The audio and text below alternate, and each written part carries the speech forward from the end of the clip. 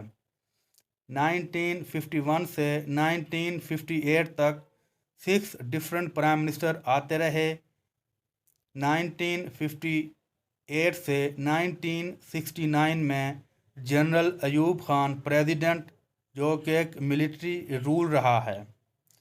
اس کے بعد 1969 سے 1973 میں جنرل آغا یحییٰ خان، جو کہ پھر ملٹری رول تھی، ملٹری لیڈرشپ تھی، وہ آئے. اس کے بعد 1973 سے 1977 تک ذوالفقار علی بھٹو پرائم منسٹر. اس کے بعد 1977 سے 1988 میں جنرل ضیاء الحق پریزیڈنٹ. ایک بار پھر مارشل لا ملٹری لیڈرشپ. اس کے بعد 1988 سے 1990 تک بے نظیر بھٹو پرائم منسٹر رہیں، اور ان کی سیکنڈ ٹرم 1993 سے 1996 میں رہی. پھر 1990 سے 1993 میں first term Nawaz Sharif as a prime minister. 1997 سے 1999 میں second term Nawaz Sharif as a prime minister.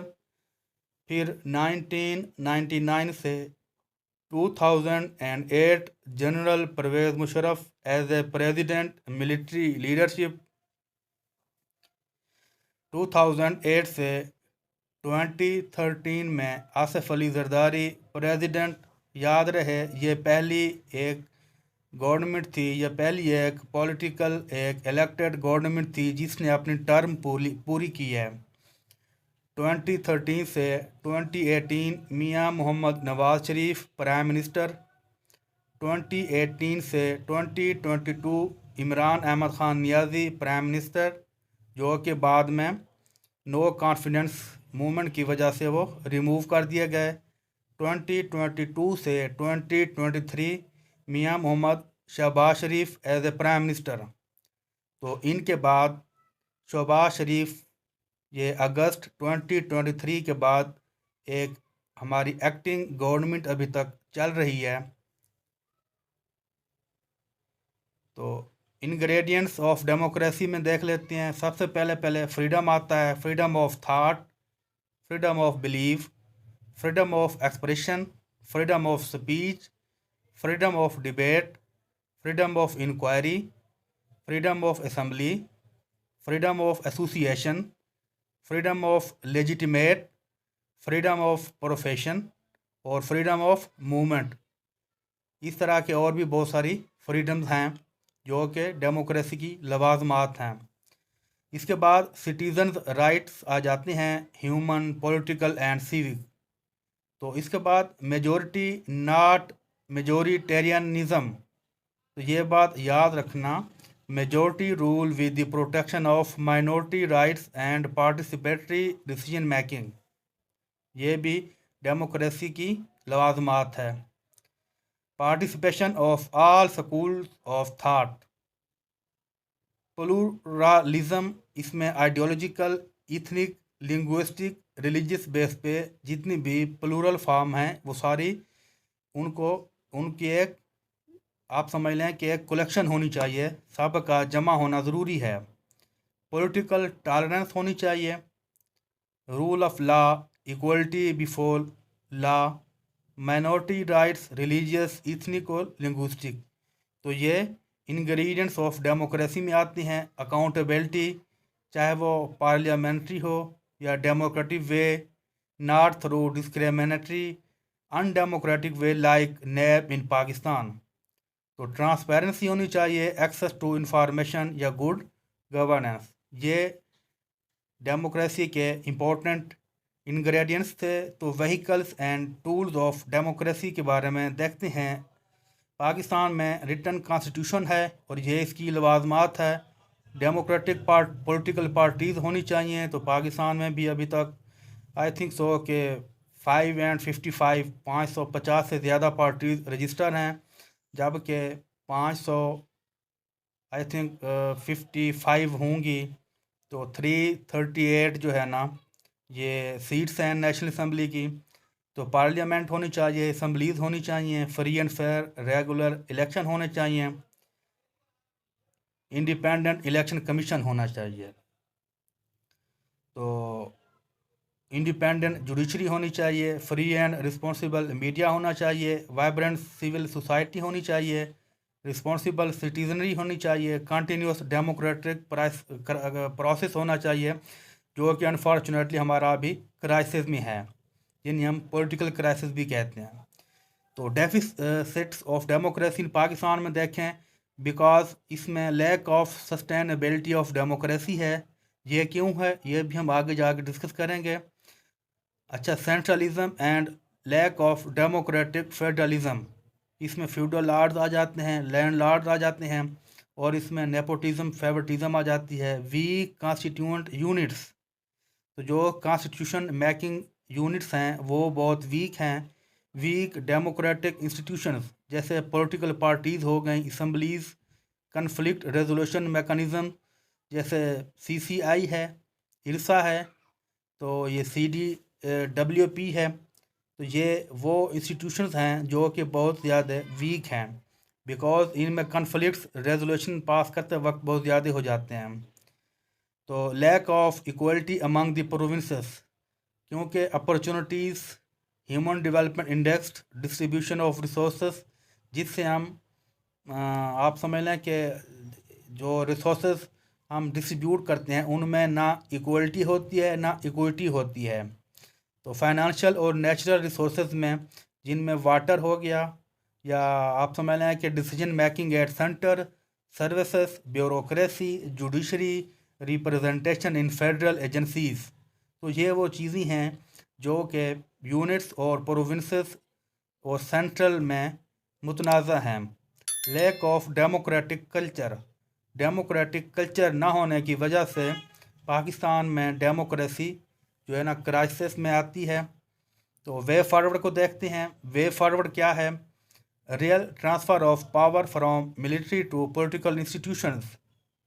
تو بیسیکلی اس کا مطلب یہ ہے کہ ملٹری کو depoliticising and ensuring transparency ہونی چاہیے، سسٹینیبلٹی آف کانسٹیٹیوشنل رول ہونا چاہیے، decentralisation of centralist federal authorities through democratic and inclusive federalism based on 1940 Lahore resolution.